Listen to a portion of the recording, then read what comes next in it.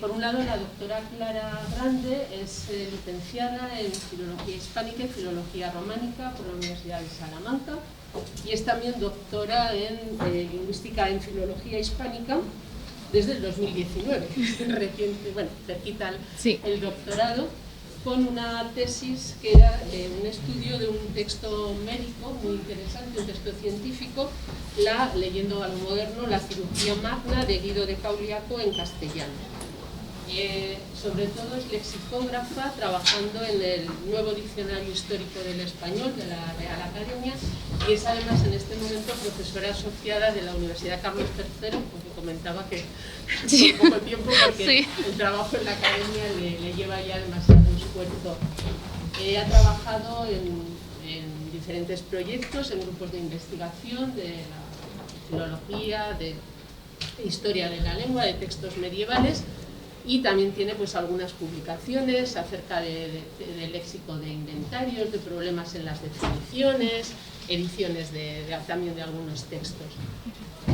Y en cuanto a Demelsa Ortiz, pues algunos o muchos de vosotros la conocéis porque os ha dado clase, creo, y si no os dará. Es también doctora en lengua española, con una tesis, en este caso leída en el 2015, con el título Estudio semántico de inventarios de bienes aragoneses del siglo XVIII, una tesis dirigida por los profesores Enguita y Lawens, a los que también conocéis, y en el tribunal que juzgó esa tesis estuve, así que puedo decir que la conozco de primera mano y que es una muy buena tesis. Pertenece al grupo Aralink y por lo tanto participa y colabora en los proyectos que llevamos entre manos, del diccionario diferencial del español de Aragón, y en el proyecto más amplio de lengua general y léxico regional, el caso de Aragón. Es en este momento profesora ayudante doctora de nuestro departamento. Antes ha sido profesora asociada, profesora de español como lengua extranjera, también en la universidad. Y bueno, pues tiene ya también un buen número de publicaciones, de artículos. Normalmente trabajo sobre inventarios, sobre todo del siglo XVIII, también del siglo XVII, con estudio atendiendo aspectos gráficos, fonéticos, morfológicos y sobre todo léxico, que es la parte que más he trabajado, con algún artículo muy interesante sobre el léxico de tejidos, léxico de la indumentaria. A mí especialmente me gusta la cuestión relativa con el léxico y entonces es lo que más me interesa. Bueno, pues tenéis la palabra, podéis intervenir y ya veréis que seguro que os va a gustar y os animo luego a participar. Pues cuando queráis. Bueno, muchas gracias. Buenas tardes a todos y gracias al grupo Aralink, en especial a Demelsa, pero a todo el grupo por la invitación y por acogerme tan bien desde esta mañana que he llegado, que hemos comido juntos, hemos tenido una sobremesa poniéndonos al día y ha sido todo, que no me puedo quejar nada. Así que gracias a todos por venir. Esperamos que os guste, que os resulte interesante y sobre todo eso que preguntéis, si tenéis dudas, si tenéis alguna curiosidad, pues luego nos preguntéis. Bueno, la exposición, la charla de hoy consta de estos 3 puntos. Primero vamos a ver qué es el DHL, el Diccionario Histórico de la Lengua Española. Vamos a ver la macroestructura y microestructura del diccionario. Y una parte importante es cómo redactamos en el histórico una palabra, cuáles son los pasos que hacemos en el equipo para poder mostrar a los lectores del diccionario la vida de esa palabra, desde que entró a nuestro idioma, al castellano, hasta la actualidad. Intentamos poner ejemplos que si son del periódico de ayer, pues mejor que el periódico de antes de ayer. Y una tercera parte sobre la investigación que se lleva a cabo en las universidades, que son fundamentales para que nosotros desde el histórico podamos ampliar esos datos, ya que ellos trabajan con documentación inédita que pues, no se publica o a veces pues, no está en bases de datos que nosotros consultamos, pero gracias a sus investigaciones podemos pescar en Google Scholar, en Google Books, sus datos para incorporarlos al histórico. Bueno, no sé si alguno de vosotros, os voy a tutear, habéis entrado al histórico a ver cómo es, a buscar alguna palabra. Seguramente no esté la palabra que habéis buscado. Bueno, el histórico cuenta ahora mismo con 7.015 palabras, que es un número escasísimo del torrente de vocabulario que tenemos en castellano, pero bueno, paso a paso, ya tenemos 7.000. Y claro, pues si vais a buscar casa, no va a estar. Es que no está en el histórico la palabra casa. Bueno, ya estará. Si alguno ha entrado, bueno, no sé si ha entrado hace poquito, en abril se cambió la visualización, ya estamos en diciembre, pero bueno, en abril se cambió la actualización. Se cambió, ahora vamos a ver, un poco la estructura, la rueda de palabras, el lemario. No se puede ver el lemario, pero hay una columna de palabras a las que podemos ir pinchando para ir navegando. Bueno, para empezar, por supuesto, el equipo de trabajo, la coordinación del proyecto es del director de la Academia, Santiago Muñoz Machado, y el equipo de la casa, de la RAE, lo coordina Mar Campos Souto, profesora de la Universidad de Santiago de Compostela, y bueno, lexicógrafa maestra de todos los del equipo, y los compañeros que tenéis en la primera columna son los que estamos pues en el día a día trabajando todas las mañanas y algunas tardes en la sede de la RAE, en la sede de la calle Serrano, que nosotros no trabajamos en la sede de Felipe IV con los académicos. Nosotros tenemos estamos una sede en la calle Serrano, de Madrid, no sé si alguno conoce. Bueno, podéis entrar a la página del histórico y en el apartado de créditos pues veis más, porque aquí solamente he hecho la captura de la parte superior, pero luego hay más colaboradores. Bueno, esta cita ya tiene muchos años, es del año 2000, de un artículo de Por toda pena, pero es muy importante para tenerlo siempre de base, y siempre empiezo con esta cita, que dice que los diccionarios históricos propiamente dichos son tesoros o diccionarios totales. Esto es, estudian el léxico de una lengua sin restricción alguna, tanto en su perspectiva espacial y social como sobre todo temporal. Se refieren al léxico de todos los tiempos. Y es algo utópico, pero sí que pensamos y creemos que el histórico podrá ser un diccionario total y un tesoro de diccionarios. Desde luego, no es un cementerio de palabras muertas, no van las palabras que ya están en desuso, que en el DLE ya no se incluyen porque no se escriben, dicen, documentan antes del 1900. No, nosotros la idea del proyecto es incluir todas las palabras posibles, con acepciones que muestran ejemplos hasta el día de hoy, como decía antes, y pueden ser de hoy mismo, se incluye un ejemplo de hoy mismo. Vamos a ver luego ejemplos aleatorios, pero vamos a poder encontrar, la palabra tejón, que es una palabra que deriva del latín, pero también las palabras como, vas a ver un ejemplo de towelkini, que es un bikini hecho de tela de toalla, que es un préstamo del inglés pues muy actual. Entonces, no es un cementerio de palabras muertas. Y tampoco es una obra que sea solamente para especialistas, solamente para filólogos, especialistas en léxico, en historia del léxico. No. Creemos que lo puede consultar cualquiera, un estudiante, un curioso que quiere ver la historia de una palabra.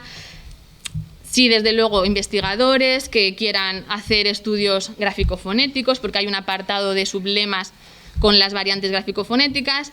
Investigadores que quieran ver combinatoria, si los verbos con qué forma van, o sea, los sustantivos con qué verbos suelen aparecer. Entonces hay una serie de notas, de apuntes que eso lo puede utilizar y se puede valer de esa información pues el investigador, pero también el estudiante y el curioso que se quiere ver una palabra.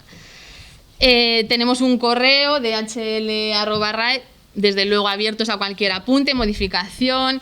Yo estoy estudiando un inventario del siglo XIV, del siglo XV y tengo esta palabra en mi inventario y ustedes la documentan en 1600. Pues maravilloso, danos ese fragmento con la asignatura, con toda la información posible y lo incluiremos encantadísimos como primera documentación. Así que yo creo que entre todos podríamos ir mejorando y avanzando. Bueno, hay dos opciones para acceder al diccionario. Desde la RAE hay que hacer ahí un poco de recursos, otros recursos, diccionarios, pinchar. y directamente si ponéis rae.es DHL, pues sale la visualización, que es esta. Como decía, hay una columna donde hay una estructura de presentación, cómo se cita. Bueno, si pincháis os salen un PDF que podéis descargar con la información de estructura, la presentación del diccionario, cómo se cita, si lo queréis usar para vuestros pues, TFG, TFM, pues cómo saber citar ese diccionario. Desde luego, ya es un diccionario electrónico.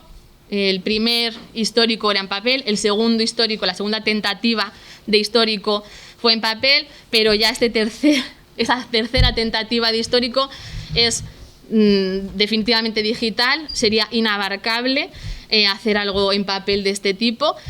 Es un diccionario electrónico de acceso público, gratuito, y hago hincapié en gratuito porque el diccionario, por ejemplo, del inglés, del Oxford, no es gratuito, hay que pedir una licencia.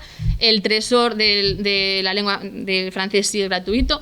Bueno, es un trabajo continuo entre los lexicógrafos, en el equipo de la Real Academia, los equipos que se van sumando, y los informáticos.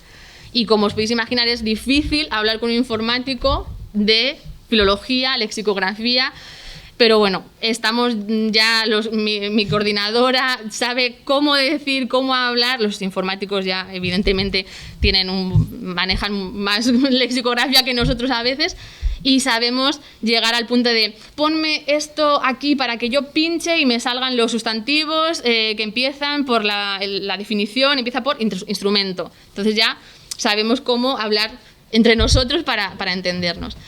Y desde luego, y lo vamos a ver en cuanto accedamos al diccionario, es una gran base de datos. En el diccionario, el histórico la base son los ejemplos. Nosotros partimos de ejemplos extraídos de muchos sitios, que ahora vamos a ver de dónde, y a partir de los ejemplos hacemos la definición. Si no, no salen las cosas. No puedes partir de una definición, esa definición, ¿qué la tomamos? ¿De autoridades? ¿La tomamos del DLE? ¿La tomamos de...? No, es imposible, es imposible. Hay que partir de los ejemplos, y después de los ejemplos veamos la casuística y veamos qué definición podemos proponer que se ajuste más a los ejemplos. Entonces es una gran base de datos donde vamos acumulando información que luego podrá ser de más o menos utilidad, pero todo tiene que quedar registrado, enganchado y bien colocado. Desde luego, también el proyecto del histórico es que sea un diccionario relacional. Ya la PESA, en el histórico anterior, decía que no se puede investigar una palabra independiente de otra, hay que investigar una palabra con su campo semántico, con sus sinónimos, antónimos, palabras satélites, la combinatoria, con qué se une, si va siempre en aposición a otras, si va con una variante sintáctica, complemento de... Bueno, luego vamos a ver ejemplos. No se puede ir palabra por palabra porque nos estamos perdiendo mucha información, y luego seguramente hagamos trabajo doble, porque cuando estudiemos un sinónimo vamos a darnos cuenta de que teníamos ya un camino hecho que desperdiciamos por cerrar ahí y parar la investigación para saltar a otra. Entonces, nosotros trabajamos por campos semánticos. Cada compañero de trabajo trabaja con un campo semántico. Yo empecé a trabajar con animales de los que la piel se usa para indumentaria, porque había otra compañera que trabajaba el campo de la indumentaria. Ahora trabajo con enfermedades del aparato respiratorio, porque otro compañero trabajó la palabra pulmón, la palabra neumonía, la palabra liviano. Entonces, bueno, pues entre todos vamos haciendo el tejido del histórico para, bueno, pues ir poco a poco, pero compactando investigaciones de las palabras. La idea futura, utópica quizá, es que el histórico sea completamente navegable, que cualquier palabra de cada acepción, de cada definición, te lleve a esa palabra, a esa historia de la palabra, que en un futuro el investigador que quiera, pues todos los préstamos del náhuatl documentados en español, pues le salga listado.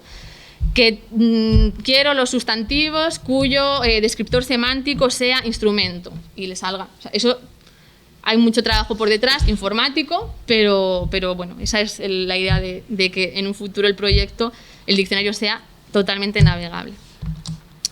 Como decía, en la última actualización, que fue en octubre del 2021, llegamos a las 7.500 entradas.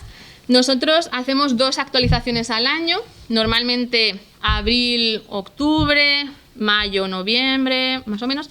En cada actualización subimos unas 700 palabras, son pocas evidentemente, pero es que somos 9 personas. Hemos sido 7 hasta hace nada y han contratado ahora a compañeras nuevas.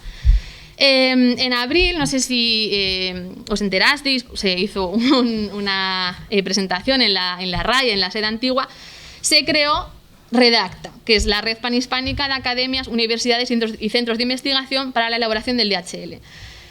Redacta lo forman parte, por ahora, se va a ampliar, la idea es que se amplíe y que cuantas más mejor, el equipo aumente. Por ahora están, creo que eran 9 universidades españolas y otras 9 hispanoamericanas con también centros de investigación. Ya han aportado en esta actualización de octubre palabras la Academia Nacional de Letras de Uruguay, la Universidad de Salamanca y la Universidad de Sevilla. Los coordinadores de cada grupo han ido al centro, a la sede de donde trabajamos nosotros, a formarse en la herramienta, que luego vais a ver capturas de pantalla de la herramienta, que es compleja y bueno, se necesitan 2 o 3 semanas mínimo para que no te dé miedo apretar un botón. Porque por si acaso borras una palabra de otro compañero o una información que otro compañero usa. Pero bueno, han estado con nosotros y por ahora pues esas 3 centros han ya aportado sus palabras. Evidentemente en las entregas sucesivas se van a ir aumentando, ya no vamos a subir 700 palabras, sino que pues paulatinamente se ampliará ese número.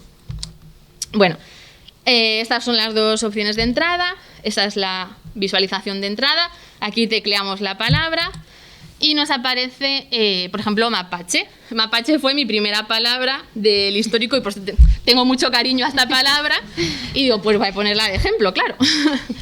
Bueno, ¿qué encontramos en la entrada? ¿Se ve el cursor? Sí. Bueno, encontramos la palabra mapache, un sustantivo, un adjetivo, el primer año donde supuestamente se atestigua por escrito en español, 1780, el sublema mapache y el sublema derivativo apreciativo mapachito. Qué bonito. Sí. Evidentemente mapache, bueno, aquí solamente hay un sublema.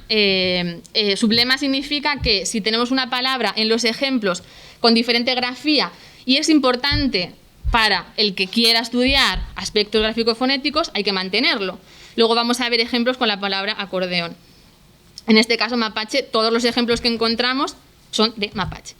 Y los derivativos apreciativos, pues mapachito, podría haber sido mapachico o podría haber sido mapachete, pero bueno, encontramos mapachito. Tenemos la palabra pertenece a la 5ª entrega, de enero del 2018. Hubo un cambio, algo no sé qué cambiamos, el 13 de marzo del 19 y pertenece al equipo real de la Academia Española. También hay un homónimo, que es un mapache 2, que se documenta a partir de 1992, luego veremos qué es este mapache 2. A continuación tenemos la etimología, que en este caso es del náhuatl, mapache, animal que toma las cosas con la mano. Aquí tenemos un resumen que se puede ampliar, ahora lo vamos a ver, y aquí ya empezaría la definición 1, mamífero omnívoro de la familia de los prociónidos. Bueno, como digo, vamos a verlo mejor en la propia web para ir navegando e ir pinchando en... A ver si va. Vale. Bueno, vale, aquí tenemos... Ay. Bueno, lo muevo aquí. Sí, no, igual con esto. Ah, vale. No. Ah, sí. Vale. No. Sí. Bueno, como decía, el resumen se puede ampliar. El resumen es la historia de la palabra para el novelista, digamos. En el resumen incluimos las primeras documentaciones, las acepciones de cada documentación, con alguna explicación más anecdótica o importante para la historia de la palabra. Por ejemplo, bueno, aquí la primera documentación se documenta en 1780 en la Historia Antigua de México de Clavijero. Bueno, y dice: el mapache de los mexicanos es, según el juicio de Buffon, que es un naturalista francés, el mismo que en la Samaria conocen los ingleses con el nombre de raltón. No sé si en inglés sabéis que es raccoon, mapache. Raccoon también se documenta, también lo tenemos aquí documentado en español, es un nombre, es un sustantivo araucano. Bueno, no voy a buscar raccoon porque entonces ya... a continuación, pues, información creemos que necesaria, se consigna en la lexicografía académica a partir de la edición del DRAE de 1899. Es decir, lo hemos documentado en castellano en 1780 y no entra hasta la edición de 1899 en el DRAE, es importante. Bueno, aquí, como digo, hacemos un resumen de todas las acepciones porque hay una acepción, 2 variantes sintácticas, 2 subacepciones, otra acepción, 5 acepciones, 6 acepciones, 7 acepciones, 8, 9, el mapache 2, que ahora vamos a ver lo que es, y en el DLE hay una acepción. Entonces, voy a volver a la web, aquí. Lo que queremos decir es que, desde luego, el histórico tiene y tiene que ser un tesoro de diccionarios. O sea, nosotros todo el trabajo que hacemos es para facilitar al investigador que está en su casa no tener que hacer todo el trabajo que hacemos nosotros yendo a buscar ejemplos a bases de datos, a hacernos un repaso al nuevo tesoro lexicográfico, a Google Books, a Google Scholar. Entonces, es utópico, pero tiene que ser así. O sea, tiene que ser un diccionario exhaustivo que pueda ofrecer toda la información que podamos y que luego ya el lector escoja. Pues yo solamente en mis textos estoy estudiando un texto del siglo XIX y me aparece la palabra mapache, bueno, y solamente me interesa la acepción 1. Bueno, pues ya vas a la acepción 1, lees los ejemplos, te haces una idea del lapso de la acepción 1, que en este caso es 1780-2017. ¿Por qué? Porque la versión es del enero del 18, entonces seguramente el ejemplo sería de diciembre del 17. Evidentemente, mapache no se ha dejado de decir, o sea, no es una palabra que no ha desaparecido, pero claro, por eso la idea de poner siempre arriba en cada palabra la fecha de entrega, porque claro, una palabra que se entregó en 2013 y nadie la ha revisado, el último ejemplo de uso léxico va a ser del ABC del 2013, pero no ha dejado de existir la palabra, ¿no? Bueno, la acepción 1 es la del mamífero. Con los animales tenemos problema, sabéis, las definiciones enciclopédicas, ¿no? Caer en la ristra de adjetivos y de complementos para definir un animal.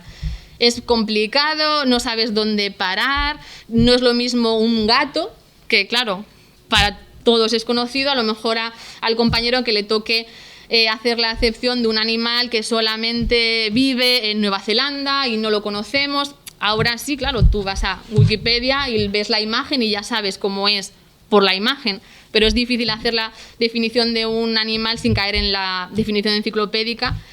Bueno, añadimos el nombre científico, bueno, el género y del nombre de Linneo, casi siempre todos los nombres son de Linneo. Y aquí los sinónimos que están redactados, que están ya en el diccionario incorporados. Entonces, si pinchamos en raccoon, como decía, lo tenemos como préstamo del inglés raccoon, del algonquino, y está en el Oxford, entonces podemos ver ahí. Bueno. Los ejemplos aparecen el primero y el último, pero si pinchamos en todos, tenemos... Sí, son... Ay, sí. Ahora. Bueno, vamos bajando. Tenemos ejemplos de uso léxico, de biblioteca digital. Bueno, según pasáis el cursor, la mayoría de... de biblioteca digital, de hemeroteca digital, de la revista de Cuba, de La Habana, son ejemplos de... Este es metalingüístico, los que tienen el cuadradito, bueno, también lo marca, uso metalingüístico. Los que están en gris son porque son diccionarios o glosarios. Por ejemplo, este derivadas del idioma náhuatl o mexicano.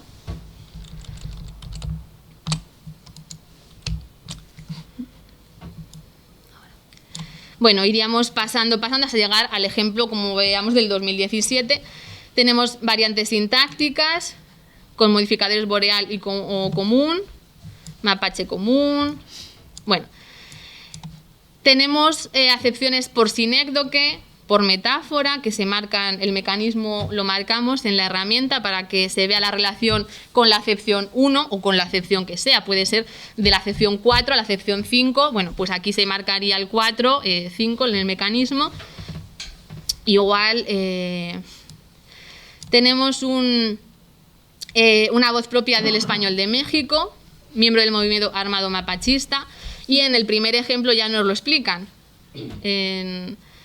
Dice su segundo regimiento, y cuando los bautizó como mapaches, que porque llegábamos nosotros a un lugar en donde había maizales, cortábamos el elote y arrancábamos el zacate, comíamos el elote crudo y andábamos nomás de noche echando pedos por los caminos como el animal, como el mapache, puros viejos mañosos escondidos en los cerros y robando de noche.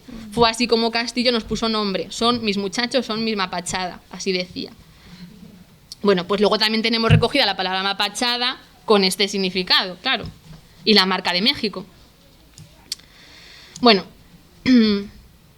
persona que comete un fraude electoral, también es otra voz de México, en este caso coloquial, porque bueno, el mapache tiene fama de que roba comida. Bueno, pues en México han dado una acepción que nosotros no conocemos, en el español de España no conocemos, pero es esta persona, bueno, pues eso que hace, comete fraude electoral, pide el voto, roba votos, hace pucherazo, etcétera, etcétera.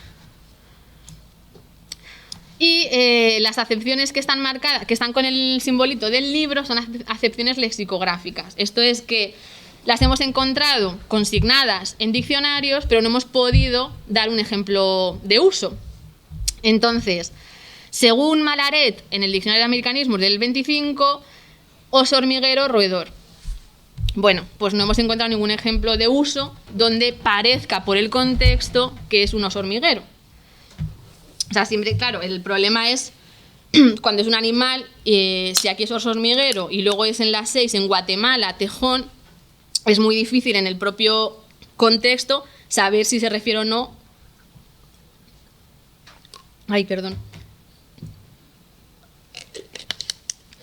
A un oso hormiguero, a un roedor, a un tejón. A no ser que en el contexto te diga algo de cómo su forma del cuerpo, el mapache, que es muy característico del el antifaz blanco, la cola. No podemos asegurar que él, si encontramos un ejemplo, pertenezca a esta acepción, así que preferimos dejarla como lexicográfica. En Honduras significa una marca despectivo. Dicho de la política vernácula hondureña, según Sarabia. Campesino pretencioso. Bueno, y tenemos un mapache 2. ¿Por qué? Porque no comparte etimología. Los homónimos en el histórico se colocan separados, en entradas separadas, y no comparten etimología, evidentemente. Bueno, este mapache deriva de las siglas MAP, Movimiento de Acción Popular, seguramente porque lo hemos encontrado explicado en ejemplos. Entonces, este primer ejemplo del año 92 de Biblioteca Digital, Tragicomedia Mexicana, La vida en México, si en este ejemplo nos está explicando ya un uso diferente de esa palabra, que además nos pueden explicar, mira, por ejemplo, este que es metalingüístico, dice el Movimiento de Acción Popular, MAP, razón por la cual sus miembros fueron llamados los mapaches. Bueno, pues ya nos da esa pista para que sea un mapache 2 en entrada diferente con otra etimología. Bueno, me vuelvo aquí. Uy.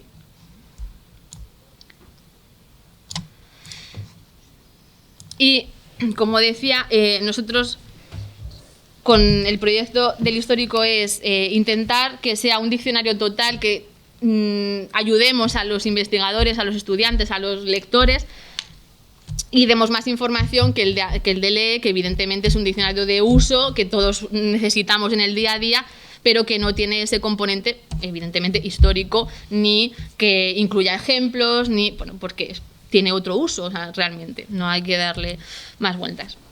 Bueno, en la palabra mapache no hemos visto, pero también encontramos en otras palabras formas complejas. Por ejemplo, en la palabra peste encontramos peste amarilla, peste azul, peste blanca, peste boba. Son enfermedades diferentes a la palabra peste. Como son otro tipo de enfermedad por otra bacteria, por otro virus, no están dentro de peste como subacepciones de peste, sino que son otra. Ay, perdón, que... Ay, Dios mío.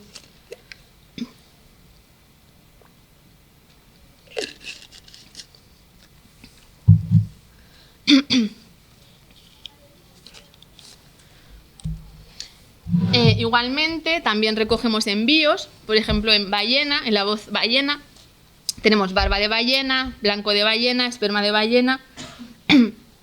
Evidentemente son acepciones diferentes, no tienen nada que ver con ballena, no se pueden entender por la suma de los componentes. Y estos envíos estarán tanto en ballena como en barba cuando se redacte barba, en blanco cuando se redacte blanco, en esperma cuando se redacte esperma. La idea es que todo se precargue, que esta información se precargue a las otras entradas y así sea más sencillo.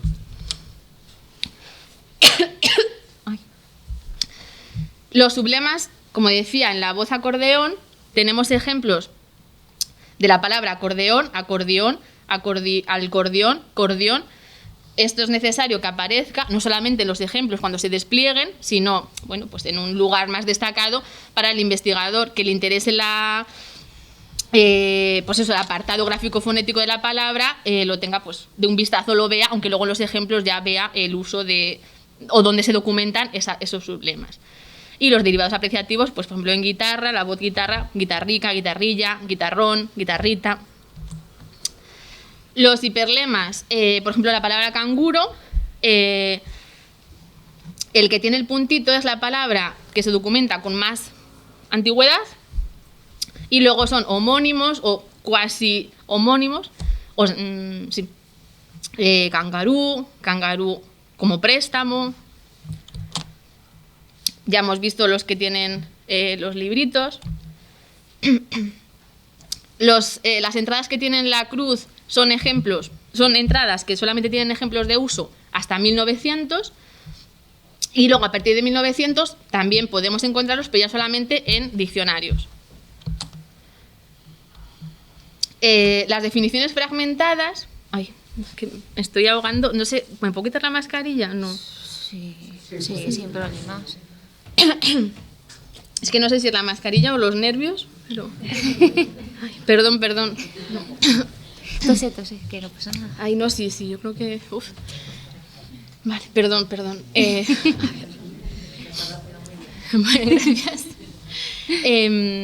Vale, las definiciones fragmentadas, bueno, son acepciones similares o diferentes. Por ejemplo, en el caso de traqueal tenemos perteneciente relativo a la tráquea y una acepción 2 botánica, perteneciente relativo a la tráquea. Nosotros cuando hacemos la definición y la fragmentamos, damos el valor exacto a este tráquea y a este tráquea, porque van a tener acepciones diferentes. Entonces, cuando el lector entre en la palabra traqueal y pinche en esta tráquea, va a aparecer la definición. Si pincha en esta, aparecerá otra definición. Por eso, bueno, son dos diferentes, son similares pero diferentes.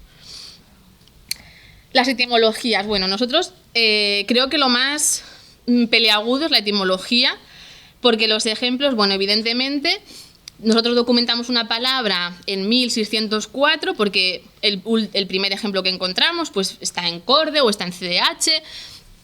Que bien, y la etimología nos cuadra, y porque es anterior o deriva del voz tomada del latín, pero nosotros la idea que tenemos es poner toda la información que tengamos tal cual la hemos encontrado. ¿Nos podemos equivocar? No nos podemos equivocar, ojalá, pero la idea es poner todo lo que hemos revisado para que ya el investigador, el lector, diga, bueno, pues me convence, no me convence porque yo he estudiado esta palabra y no. Entonces, en este caso, alveolo, voz tomada del latín alveolus. ¿De dónde nos hemos visto esa información? Hemos visto el Corominas, hemos visto el histórico del 60, hemos visto el Oxford Latin Dictionary donde está maravillosamente explicado todas las palabras y nos ha dado esa información. Por ejemplo, la palabra marmota, voz tomada del francés, marmot. ¿Dónde hemos sacado esa información? Del histórico y del tresor. Y etimología discutida porque no vemos que se pongan de acuerdo los investigadores en el origen de esa palabra. Bueno, nosotros lo ponemos ya. El investigador que esté mucho más, pues que sea naturalista, que sea biólogo, que además tenga conocimientos, pues ya nos podrá discutir o no si tenemos razón o no. Marmota 4, porque marmota hay cuatro entradas para marmota. Marmota 1 es un animal como una especie de mono. Marmota 2 es la marmota que conocemos. Marmota 3 no me acuerdo. Y marmota 4, bueno, pues escombro desecho que queda de una obra, un edificio arruinado o derribado. Bueno, esta etimología fue complicadísima porque, claro, no sabíamos por dónde tirar, qué hacer, dónde revisar. Coromines no decía nada, no encontrábamos nada. Y, como digo, pues echando un vistazo en Google, la fuente de todo, encontramos un artículo de R. Pocklington, de la revista de Filología Española, 1985, bueno, y en esta revista, en ese artículo en cuestión, se propone esa etimología. Bueno, pues nosotros aceptamos esa etimología, pero dejamos ahí la información para el que quiera rebatir, tenga toda la información posible. Y igualmente tenemos calcos, tenemos préstamo, por ejemplo, Towelkini, término acuñado al menos desde 2019, imaginaos, es una palabra modernísima en castellano, que de hecho ya hemos adaptado y tenemos toallakini también. Entonces, tragacete, voz de etimología discutida, pues igual, hemos consultado el diccionario corriente, el DECH, comentamos si hay alguna información en el DECH, ahí dejamos la información. También, evidentemente, derivados según la morfología propia del castellano. Trefinar, derivado de trefina y ar. La palabra trefina es un préstamo del inglés, pero entró al español, entró pronto, creo que es una voz del siglo XVII, y nosotros en castellano, claro, nosotros tenemos verbos en ar, ir. Bueno, pues de trefina, trefinar. Podría haber sido trefinear, podría haber sido trefiner, pero los hablantes quisieron que fuera trefinar. Y, esto lo tenemos que ver en directo, porque es lo más bonito de... Tenemos la familia de palabras, que si pinchamos aquí en familia, vemos el grafo, que el grafo es la obra maestra de los informáticos. Y podemos mover, podemos jugar con el grafo. Uy. Ay. Que quiero que se vea todo. Ay, apachinar. Se me ha movido esto aquí. Ay, qué mono. Bueno, entonces, ¿qué encontramos? Que, aquí tenemos lema consultado, mapache, voz extranjera. Bueno, entonces, mapache, ¿de dónde viene? De mapach. Mapach del náhuatl deriva, también tiene un mapachitli, mapachín, y de mapachín a mapachinar. De mapachinar a mapachinado. De mapache, mapachear, que creo que era cazar mapaches, claro. Mapacheo, mapacheada, mapachado. Pero también hay un cazamapaches, persona que se dedica a cazar mapaches. Y de cazar, aquí nos enlaza cazar, y tenemos un cazacigüeñas, un cazasiluros y un cazacibermapaches. Si abrimos cazacigüeñas, tenemos la voz cigüeña. Y si abrimos cigüeña... ¡Hola! Es que esto es una preciosidad. Me encanta. Claro, cigüeña es una palabra patrimonial, deriva del latín ciconia, entonces es más fácil que cree derivación. Desde cigüeña, cigüeñuno, cigüeñal, espantacigüeñas, matacigüeñas. Abrimos matacigüeñas y tenemos el verbo matar. Y si tenemos el verbo matar... Ay, es que se mueve. Está vivo, la lengua está viva y el grafo está vivo. De matar, mataspundia, bueno, esto sale un poco aleatorio, porque si tenemos cazasiluros, nos sale la voz siluro. A ver. Y aquí se acaba, ya del siluro ya no hay derivados. Bueno, y así podemos estar con el dromo, ¿no? Tenemos mapachódromo. Del dromos en griego tenemos tortugodromo, avestruzódromo. De avestruz, la familia de avestruz. Avestruzterapia, pues sí, bueno, ya voy a dejar porque... Vale. Bueno, ¿qué enseña el grafo? Que las palabras están todas unidas unas con otras, todas. Y el diccionario cada vez avanza más y tiene más relaciones y marca más relaciones. Estas solamente son las relaciones genéticas de derivación, pero imaginaos sinónimos o, bueno, antónimos o relaciones de metonimia. O sea, podría aumentarse exponencialmente. Entonces es muy bonito y no dejas de dar a los puntos, a los nodos para seguir a ver dónde va avanzando, porque claro, todo está relacionado, todo el lenguaje está relacionado, las palabras están relacionadas.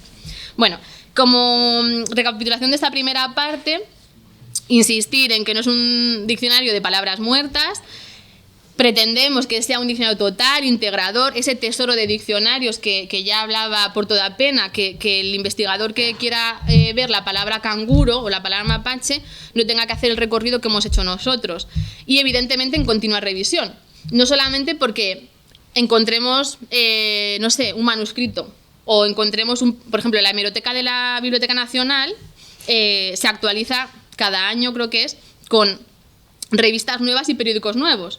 Claro, eso nos obliga, en teoría, a revisar otra vez, porque a lo mejor han incluido una revista que se publicó de 1830 a 1850 que nos hace que ya una palabra que teníamos documentada en 1800... Bueno, y esto es así, pues hasta siempre. O sea, la idea es que nunca se termine, que siempre haya que revisar algo o que siempre haya acepciones nuevas. Si las palabras cambian como cambiamos nosotros, como cambia la sociedad, evidentemente habrá acepciones nuevas en el 2050 que ahora no estemos recogiendo. Los periódicos, la prensa es fundamental, no la prensa de ahora, la prensa desde el siglo XVIII. Muchísimas palabras extranjeras entraron por la prensa. El léxico de la moda la mayor parte del léxico de la moda entra por la prensa. Hay revistas de señoritas para el siglo XIX que son de tejidos, de maniquís para aprender a coser, que tienen un léxico francés pues riquísimo, que en el DRAE de la edición de ese siglo pues no estaba en la prensa de moda o prensa del motor, de los coches, bueno, principio del siglo XX, siglo XIX. Entonces la prensa nos va a obligar a revisar siempre, en continua revisión. Evidentemente es un diccionario que se puede usar para interpretar textos del pasado y actuales. Entonces, por eso un poco esa utopía de que sea pues global y integrador y completo, que tardará muchos años en cumplirse. Ahora bien, ¿cómo empezamos a trabajar en una palabra? O sea, nosotros de qué partimos en el equipo, ¿cómo empezamos? Bueno, como decía, tenemos un campo semántico adjudicado. Entonces, pues yo tengo que empezar con la palabra, vamos a poner, bueno, imaginaos que tengo que empezar con la palabra masadería, que es una palabra que se documenta en inventarios de Aragón. Bueno, lo primero, está en el DLE, está en el CDH, porque nosotros no usamos Corde, usamos CDH, ahora vamos a ver qué es.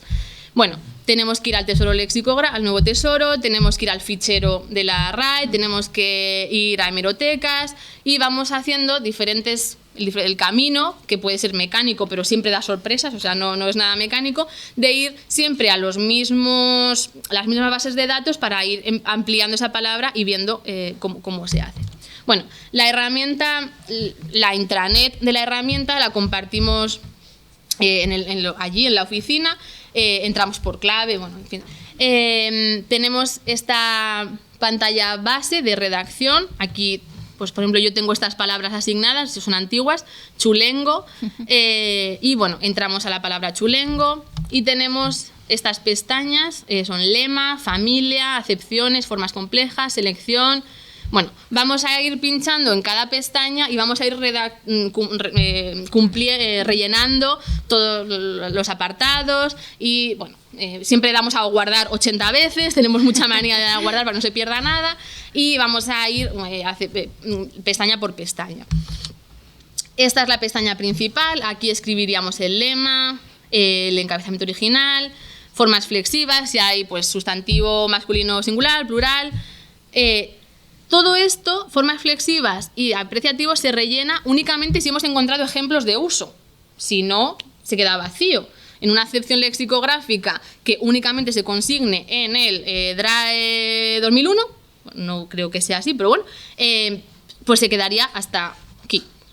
Porque no hay formas flexivas, porque se consignan en un diccionario. Pero ejemplos de uso que documentamos en biblioteca digital, pues vamos a ver si hay ejemplos masculinos, femeninos, etc.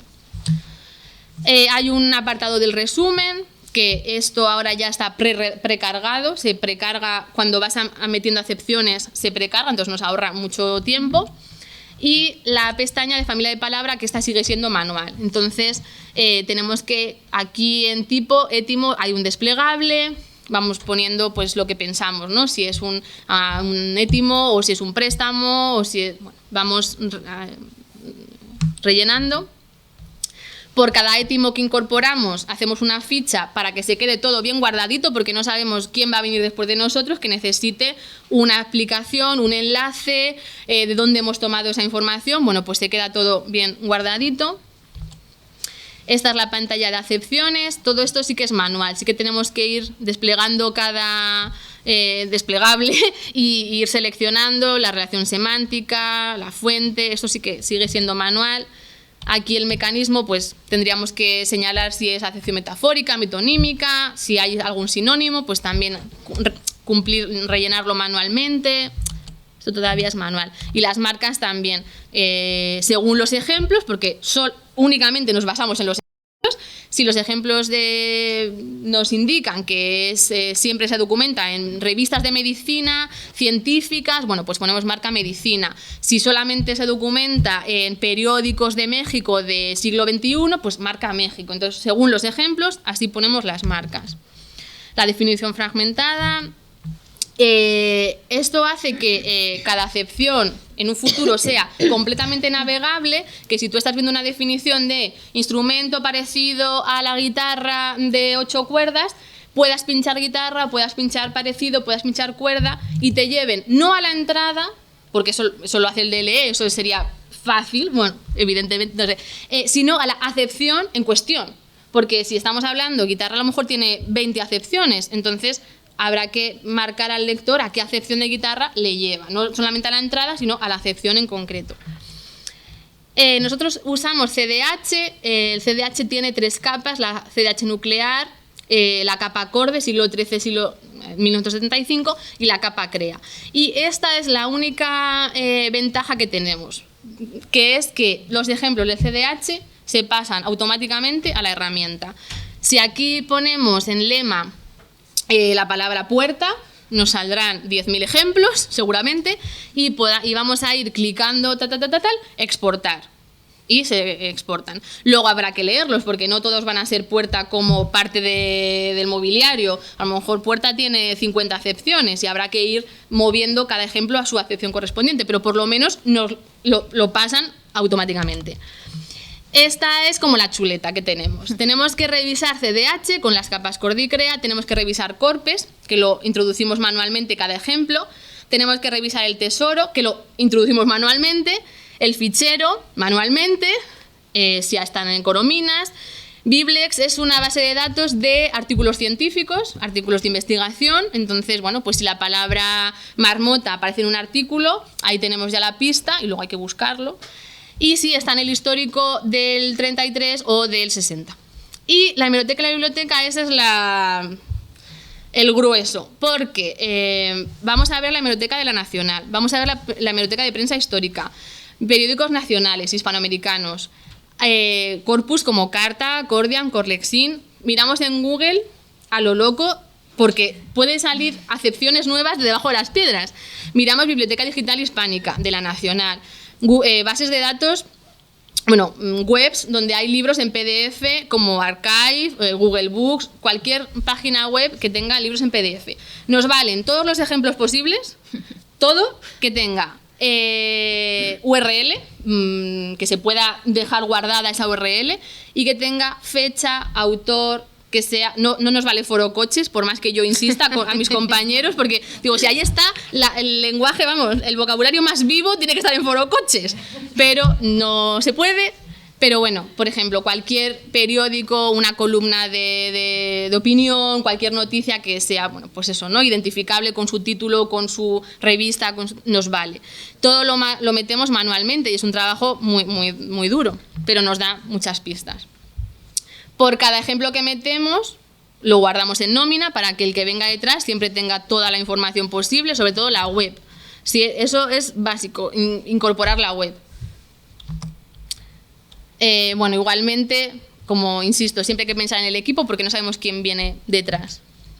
Masadería es una palabra que aparece en documentos aragoneses que, así muy resumido, no aparece en Nuevo Tesoro, en el CDH aparece una vez y es un ejemplo de un inventario, pero es una frase que dice ítem en la masadería. No dicen más. Entonces es difícil, los inventarios tienen poco contexto porque son frases independientes. Entonces, claro, si no aparece en el CDH, si no aparece en Nuevo Tesoro, en fichero tampoco, pues tenemos que ir a Google. Y en Google ya nos dan una pista, diccionario gastronómico, mostrar estadísticas, la masadería tema de la nueva pieza del mes, espacio doméstico en Zaragoza, siglo XVII, elaboración del pan en esa masadería, pues ya tenemos una pista. La Wikipedia, Luján, Lambán, Aragón es la región con más títulos, bueno, aquí antigua masadería, o sea que ya vamos viendo que, oye, esto no creo que sea una palabra a lo mejor de castellana del centro, esto parece que ya marca al aragonés. Vamos a Google Books y tenemos revista de dialectología y tradiciones populares, mira lo que quedaba en la masadería, si podremos guisar y comer, bueno, hacemos un repaso. Encontramos un documento de La gente de mi tierra en las fiestas del Pilar de Zaragoza, volumen 3, y habla de la masadería. Y igualmente con Piocha.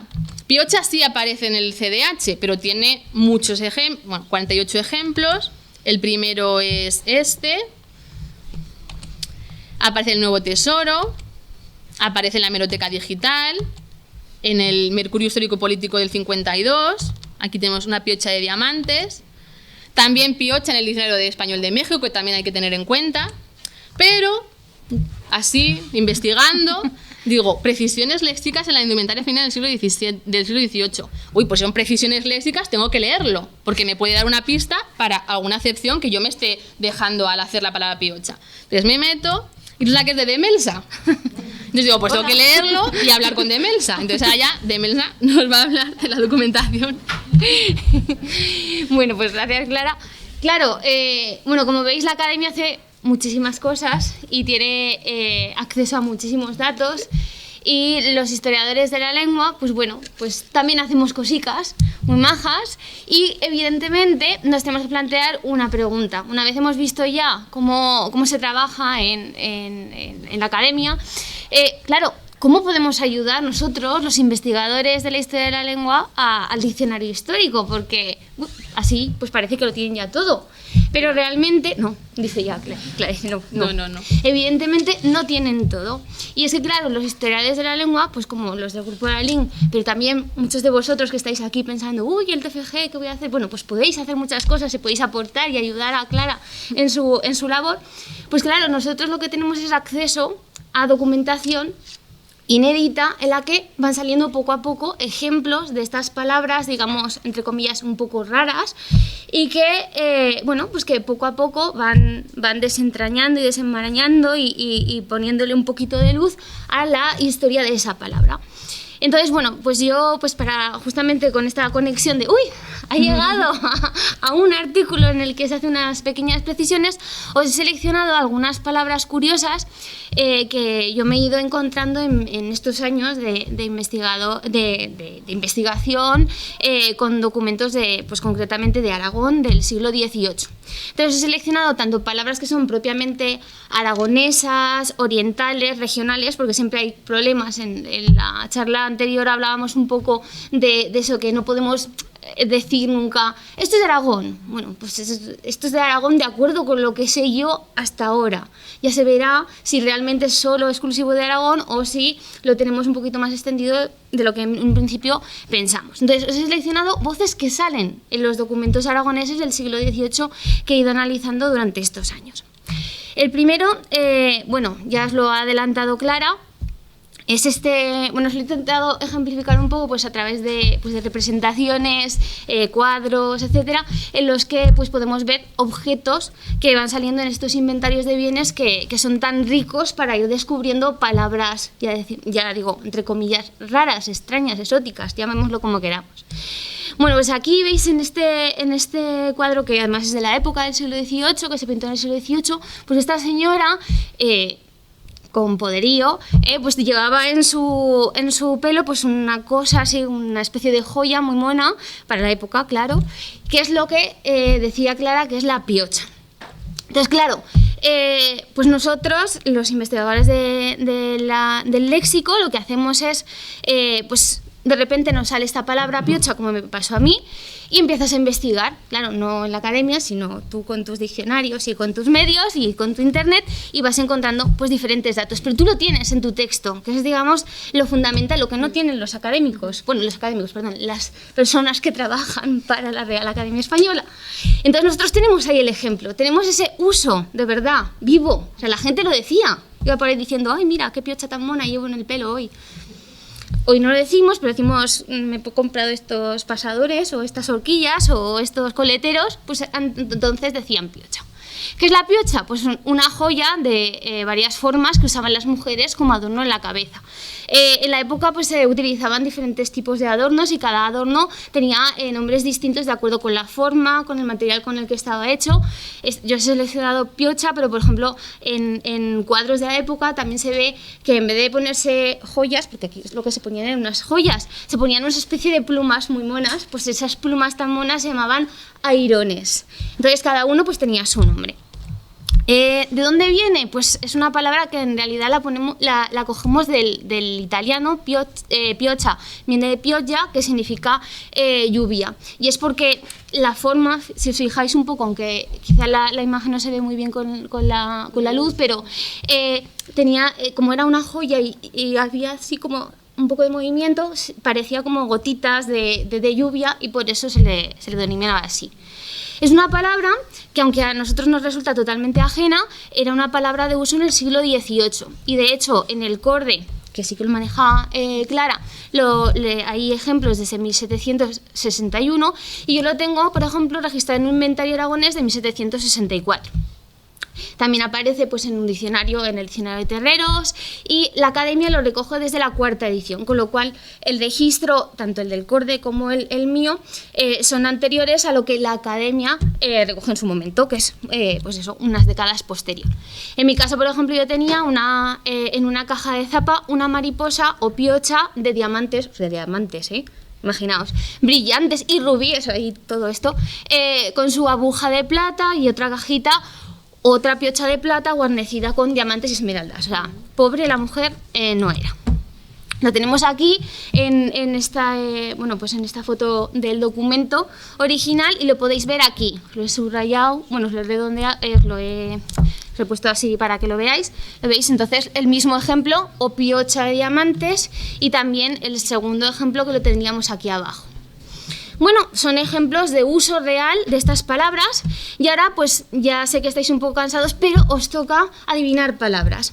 Entonces os propongo con algunos cuadros que me intentáis adivinar las palabras que yo he recogido y que eran de la época y que se utilizaban en la época y que podríamos ver ejemplificado aquí. Aquí lo que quiero que os fijéis es en esta telita que lleva esta señora aquí en la zona de, digamos, pues como para una especie de bueno, ¿esto qué sería?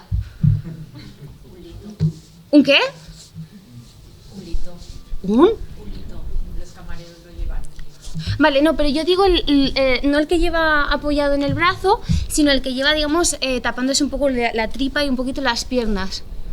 ¿Cómo le llamaríamos? ¿Eh? Un delantal. Bien, ¿verdad? Sí. Y decís, delantal, este es seguro delantal. Bueno, pues seguro que no, porque en el siglo XVIII decían excusali. Y yo eso me lo encontré y dije, claro, la primera vez que lo leí dije yo, ¿cómo? ¿Excusali? Esto tiene que estar mal. No, está bien, excusali. ¿Qué es el excusali? Bueno, pues el excusali es un delantal pequeño y es una voz que, bueno, se escribió de diferentes formas, tenía diferentes variantes.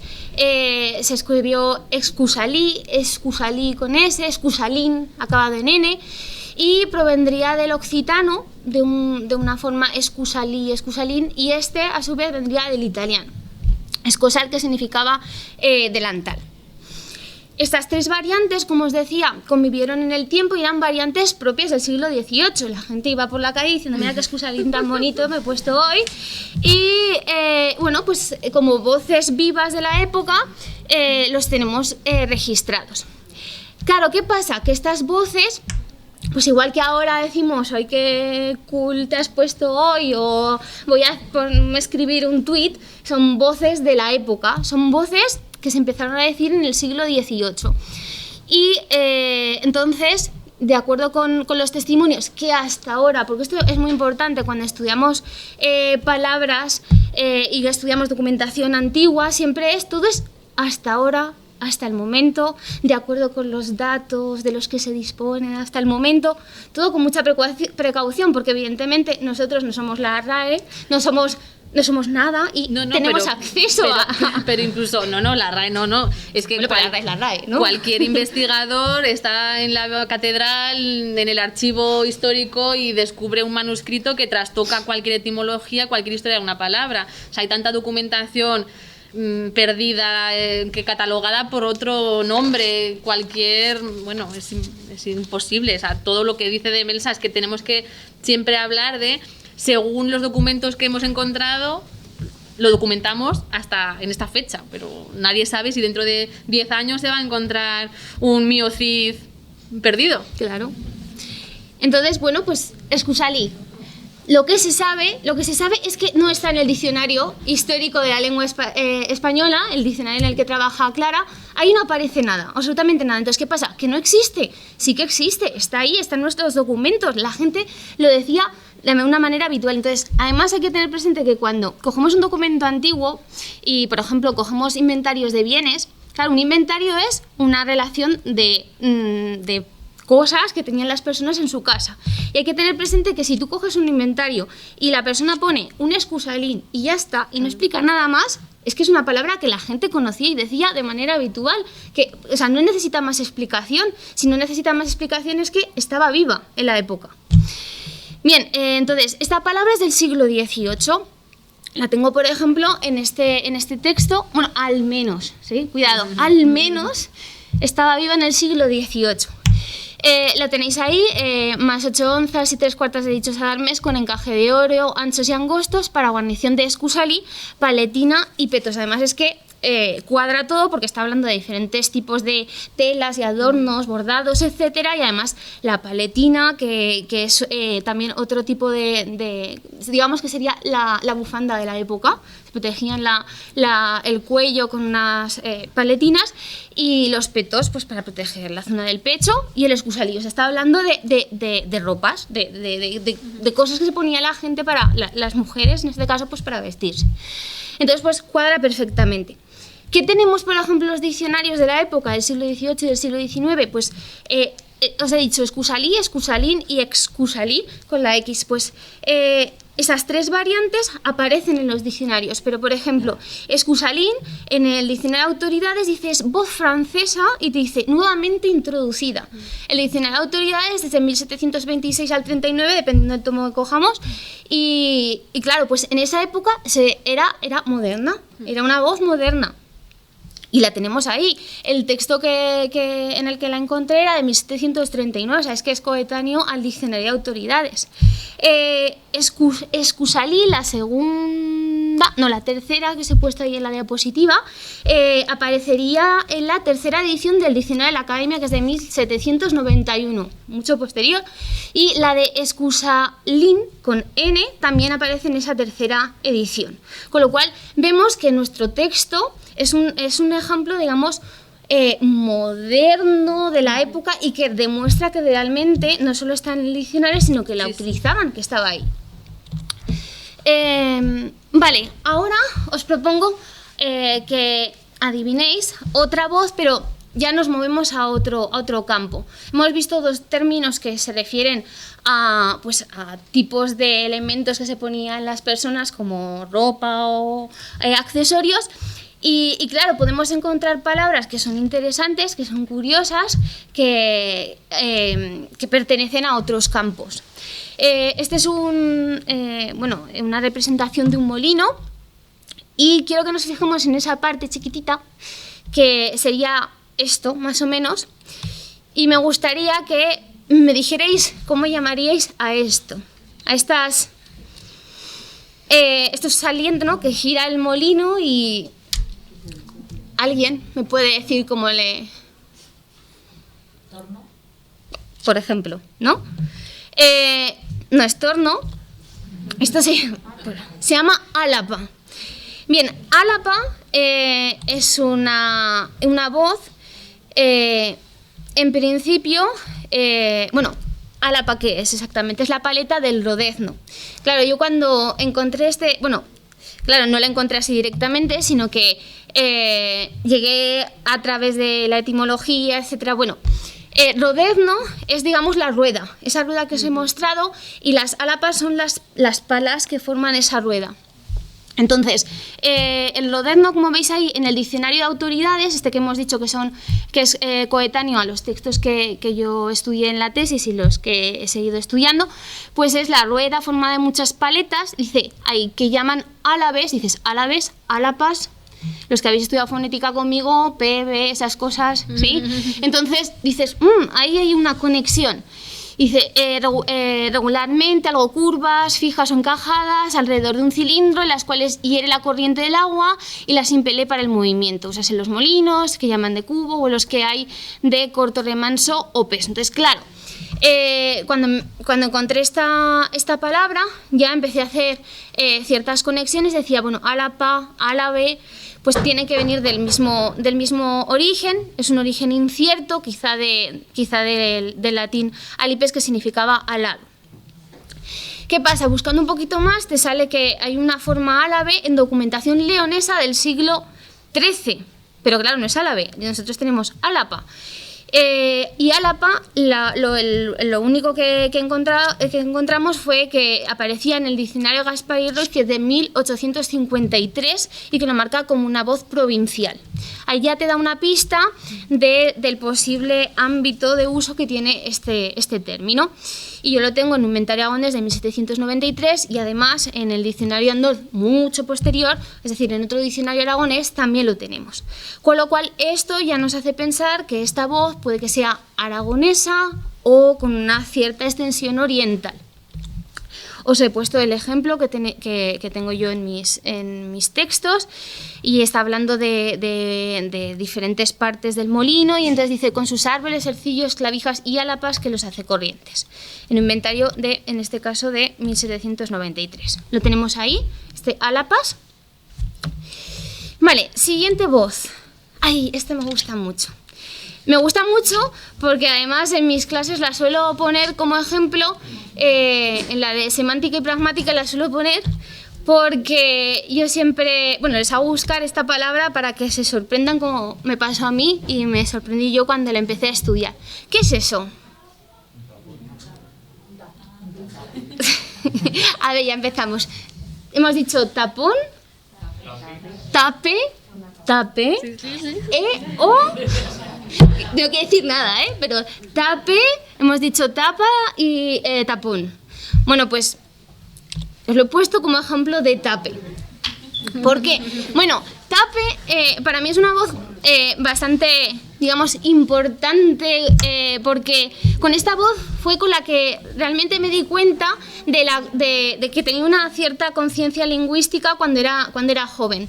Con pues 12, 13 años me fui fuera un tiempo porque tenía unas cuestiones deportivas, y entonces estaba con gente de toda España, entonces se me cayó un tape del boli. Y entonces dije, ¡ay, pásame el tape! Y bueno, no sabéis se me rieron, ¿qué es? Y yo, pues el tape del boli, dámelo. Y claro, y entramos ahí en una pequeña pelea lingüística de tape, tapón, yo capuchón, o sea, para el del bolígrafo. ¿Cómo que capuchón? El del bolígrafo, capuchón. Y a mí, yo recuerdo que me decían, tape es lo que pone en la radio, el tape. Y claro, y me decían, tape, en la radio lo pone, y yo decía que no, que es que tape, bueno, en fin. La cuestión es que yo ahí me di cuenta de que algo raro pasaba en Aragón, ¿no? Y que algo raro pues teníamos en nuestra forma de hablar. Y efectivamente tape me sale en mis documentos del siglo XVIII y lo tengo atestiguado desde incluso antes. Tape, todo el mundo sabemos lo que es el tape, lo tenemos en el diccionario, en el diccionario diferencial del español de Aragón, que estamos elaborando en el grupo de investigación. Lo tenemos, porque es que es una palabra, bueno, ¿ya la has visto, Clara? Sí, yo no me... Claro, una palabra en uso hoy en día en nuestra comunidad, y probablemente surge por una lexicalización de la forma verbal, o sea que tiene toda su lógica, pero si tú lo buscas en los diccionarios, que es lo que a mí me sorprendió cuando empecé a estudiar esta voz, tú metes en el diccionario, lo podéis probar luego cuando termine la charla, pones tape y te sale indio de no sé dónde, y dices, ¿cómo que indio? ¿Pero qué es esto? No, es el tape de toda la vida. Pero en el diccionario no está, en el diccionario, digamos, en el diccionario general, en el actual, y en el diccionario histórico tampoco. Bueno, tampoco estaba, aunque lo he dicho, Alapa no está, La Piocha, ya hemos visto que aunque tienen cosas, tampoco está, etcétera, etcétera. Y tape, por supuesto, no está. No está en el diccionario, en el famoso Corominas y Pascual, los que estáis estudiando Historia de la Lengua, en el Nuevo Tesoro Lexicográfico, en ninguna edición, ni en el Cordi, en ningún lado. Pero nosotros lo decimos, está. Y es que está en nuestra lengua actual, pero es que la tenemos al menos atestiguada en inventarios aragoneses de 1732, en otros diccionarios, en otros repertorios dialectales, en algunos diccionarios generales con la marca de aragonesismo, o sea que es una voz marcada dialectalmente y que, como podéis comprobar, la tenemos ahí. Tape, porque, bueno, tape, como tenéis en la definición, pieza que cierra las vasijas, las cajas, los recipientes, o sea que puede ser de muy diversa índole.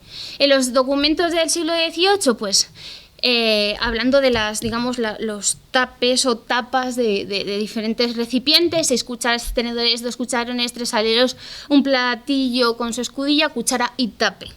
18 piezas con sus tapes en forma de jícara, y tiene un acordeón grande de madera de pino, muy viejo, sin tape, o sea que estamos hablando de una especie de baúl, ¿no? Y no tiene tape, ni hierros, ni... Entonces, y otro ejemplo más, y tiene otro arcón más pequeño sin suelo ni tape, o sea, destrozado. Sí. Destrozado, sin suelo ni tape, sin la base ni la parte de arriba. Bueno, y esta es la última voz que os había seleccionado y que, bueno, pues para mí es curiosa porque fue la voz con la que terminé mi estudio en la tesis. Y cuando veáis la expresión compleja, la denominación que recibían estos elementos, pues entenderéis un poco por qué. No había manera. Yo recuerdo estar en el despacho de José María Anguita con Vicente y yo decía, es que no sé qué hacer, porque no había manera. Pero luego al final ya le di forma y llegué a estudiar esta voz. ¿Qué es esto? Una fuente. Un plato, han dicho. Un plato, vale, pero plato... Sí, a ver, yo no me vengo aquí para deciros esto es un plato, esto ya lo sabemos, ¿no? Entonces, ¿qué es? ¿Es un plato? De cerámica, vale, muy general. ¿Qué tiene de especial? Están decorados con pájaros. Entonces, ¿cómo le podían denominar en la época? Pájaro. Por poder podría ser. Y si dijéramos, o sea, si lo hiciéramos plato de, ¿qué diríais? Plato de pájaro, ¿no? Pues no. Entonces, claro, ¿cómo que no se puede decir? En el siglo XVIII lo decían todo. Estaba ahí. Entonces, ahora podéis entender por qué no había manera de... porque esto, claro, Clara os ha explicado, bueno, nosotros hacemos esto, hacemos lo otro. Pues es que hay veces que aunque tú buscas, no encuentras lo que quieres. Y eso es lo que me pasaba a mí. No, claro. Por encontrar, tú puedes encontrar muchas cosas, pero no encuentras lo que quieres. Entonces, bueno, pues yo lo intenté y con esta cerré la tesis, ya dije ya no más. ¿Qué pasa? Bueno, era una denominación que daban en el siglo XVIII y que además la tengo atestiguada incluso antes, porque era un plato grande hecho en Valencia, decorado de colores vivos y generalmente con un pájaro pintado. Pero no decían plato de pájaro, pues porque no querían. Porque eligieron decir, no, o podían haber plato dicho de pollo. Plato de pollo, plato de pavo, pero no, dijeron plato de pollo y ya está. Entonces, bueno, la formación es evidente, ¿no? De plato, de polla de pollo, y es un orientalismo léxico. ¿Eso qué quiere decir? Que es una denominación que se utiliza no solo en Aragón, sino en territorios vinculados a este. Y que además no es específico del siglo XVIII. Cuando yo terminé la tesis, en principio, de acuerdo con los datos a los que había tenido acceso, pensaba que era al menos del siglo XVIII. Y en investigaciones posteriores he ido viendo que no solo es del siglo XVIII, sino que al menos también está en el siglo XVII, porque he ido sacando nuevos documentos de diferentes archivos y he ido viendo que sí, que está presente. Entonces lo tenemos... Como veis, en diferentes textos, yo estudio los de Aragón, pero he ido buscando y picoteando y está, por ejemplo, esta misma denominación en Cataluña en 1640, en Aragón lo he encontrado en 1658 en otro inventario y en los inventarios del 18 de mi tesis, y en Valencia en 1743. Así ya vemos esa extensión oriental de la que hablábamos, Cataluña, Aragón, Valencia. Entonces, esto al menos hasta el momento, pero evidentemente si seguimos estudiando documentación o bien más antigua o bien de otras zonas próximas, ¿quién sabe? Podría aparecer en Murcia, por ejemplo, o podría aparecer en el siglo XV, en el siglo XVI. No sabemos, pero al menos sabemos que fue una denominación en uso en los siglos XVII y XVIII. Los ejemplos que tengo aquí, platos de plata regulares 20, plato de plata de polla 3, azafates de plata, tenemos otro, loza de la fábrica de Alcora. Quiero recordar que fue aquí porque a partir de este ejemplo, con lo de la fábrica de Alcora, empecé a tirar porque en esa zona había tradición de fábrica de cerámica, etcétera, y entonces empecé a buscar y bueno, pues ya sacamos estos famosos platos de polla. Ítem 6 platos de pollo, un azafate, un barreño, 2 docenas. O sea, es que es un tipo de plato, evidentemente, estaba hablando de todo ese menaje de la mesa. Y bueno, pues como veis, aquí tenemos testimonios reales de uso y además que no decían nada sobre estos elementos, o sea, los utilizaban de verdad. Y son registros que no aparecen en el diccionario histórico. Entonces, estaría muy bien que empezáramos a establecer esa comunicación real y efectiva entre los diferentes investigadores, universidades y la Real Academia para ir avanzando en este estudio histórico del léxico español. Y con esto, pues yo creo que ya hemos hablado bastante y quedamos a vuestra disposición para ruegos, preguntas, sugerencias y recomendaciones. Y muchas gracias. Gracias.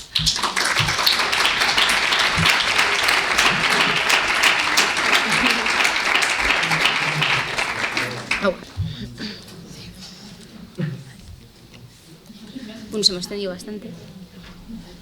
No sé ni qué hora es. Sí, me digo. Ay, Dios. Es que te sobra cosa una hora. Pero no pasa nada.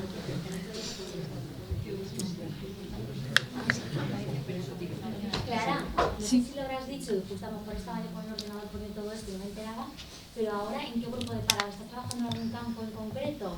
Sigo con enfermedades del aparato respiratorio, sí.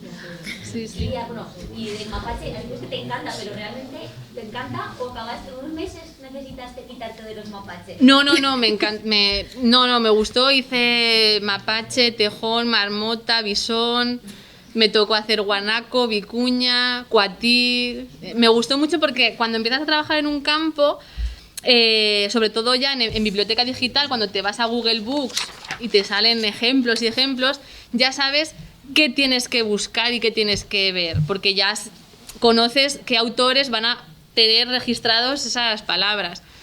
Entonces, cuando eran animales de Hispanoamérica, América del Norte, como el mapache, ya sabías que te iban a aparecer libros de viajes. Entonces ya ibas ya buscando libros de viajes.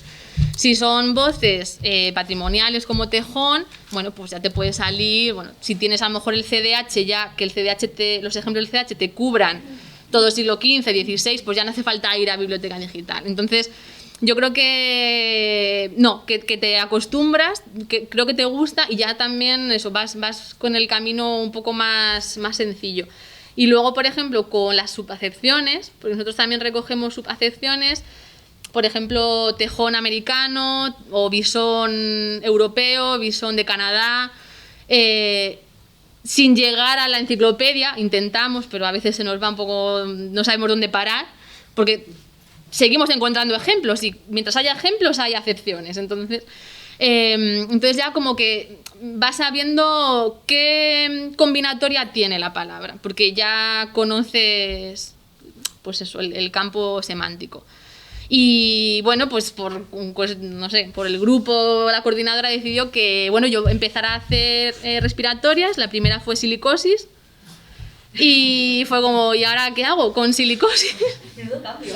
Entonces, pues sí, vuelves un poco como a empezar de cero para ver dónde buscar. Sobre todo, insisto, buscar fuera de CDH, Nuevo Tesoro, Fichero, porque bueno, eso todos los compañeros hacemos el mismo recorrido.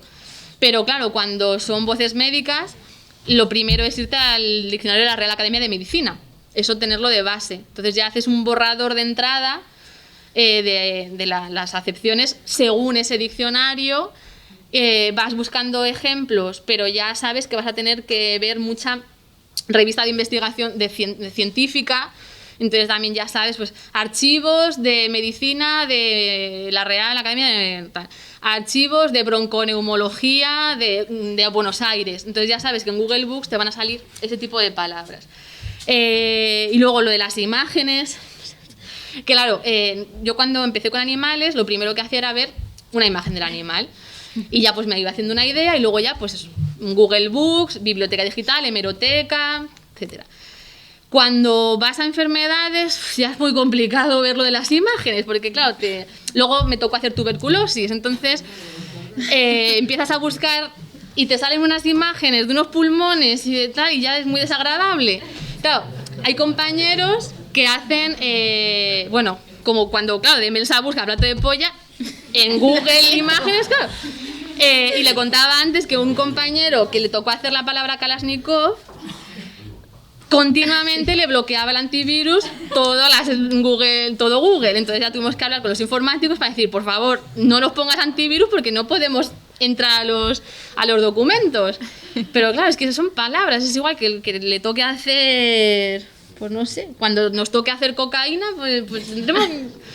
Pero, y las enfermedades, eso, la primera búsqueda de ver un poco ejemplos, imágenes, el uso...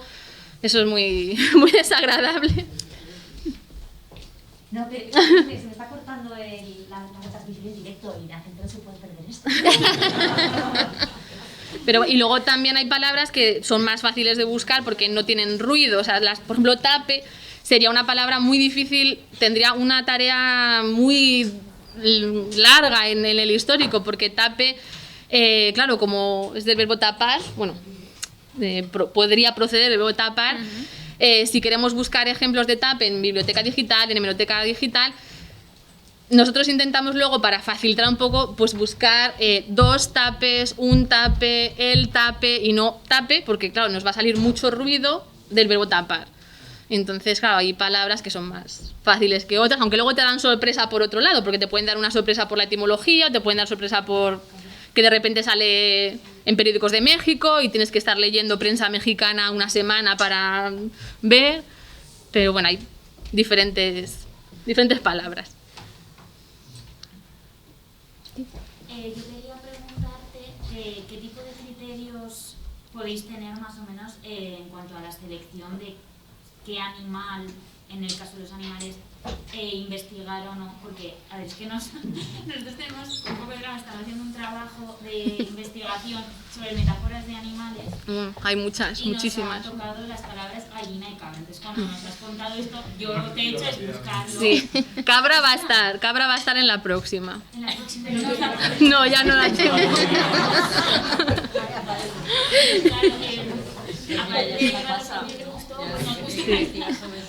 Sí, sí. ¿Cuál es el criterio que tenéis? ¿Es por gusto propio? No. Al principio, o sea, era porque como otra compañera hacía voces de indumentaria, entonces pensó mi coordinadora, dijo, bueno, pues hacemos animales cuya piel sirva para hacer abrigos, ¿sabes? Para poder unir ese tejido de vocabulario de campo semántico. Entonces, es por ahí, no hay... Y cabra saldrá para la actualización, la de, supongo que será abril 2022. No, entonces no. Si es para el sábado que viene, no sale. Primero agradeceros la charla calidad, que ha sido muy interesante, muy rica, muy clara la exposición. Segundo, un apunte para los estudiantes, si lo necesitáis para este sábado, podéis consultar toda la base Claro. de datos del diccionario histórico, que tenéis miles de registros. Es decir, que una cosa que lo ha dejado muy claro, es el diccionario histórico que se está haciendo ahora, pero hay un diccionario histórico detrás donde está la palabra cabra con miles de registros que podéis utilizar. Ella es de libre acceso en la web. Ah, en la web. Claro. En la biblioteca hay demasiado.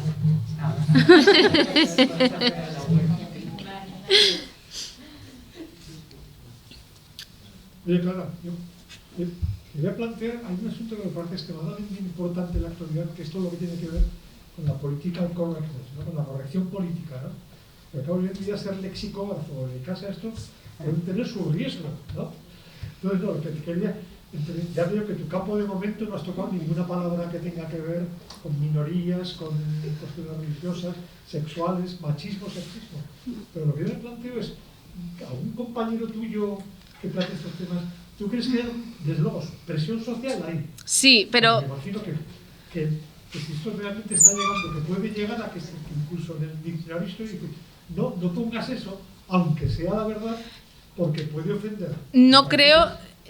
No lo sé, pero no creo que se dé el caso. O sea, desde luego sabemos todos que la RAE es diana de lo bueno y lo malo. Hace alguna cosa buena, uy, qué maravilla, porque la RAE hace una cosa mala, es que la RAE... o sea, sabemos que va a ser así. Y el DLE está mucho más expuesto, evidentemente, ¿no? Porque debe haber gente que se dedique a buscar errores en el DLE o voces que están como mujer o como hombre. No sé si es que... Digo, pues hace una tesis con eso. Pero nosotros en el histórico, no sé, te diría que la palabra más, no sé, perroflauta está en el histórico. ¡Qué buena! Entonces, podemos buscar perroflauta. Busca.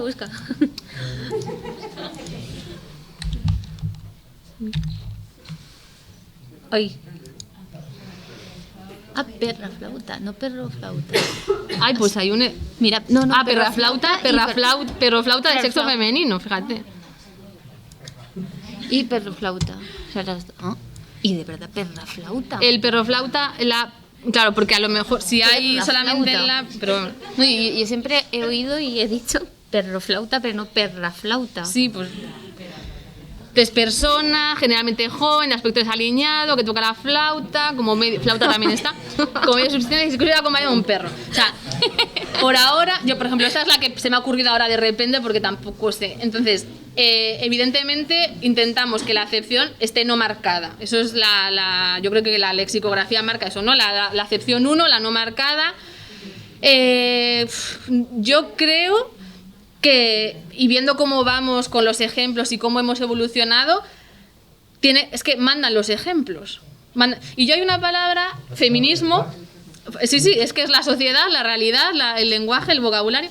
Yo, por ejemplo, en feminismo, siempre creo que cuando hagamos feminismo, a la que le toque, a la persona que le toque, que no sé cuándo será, siempre yo creo que habrá dos acepciones.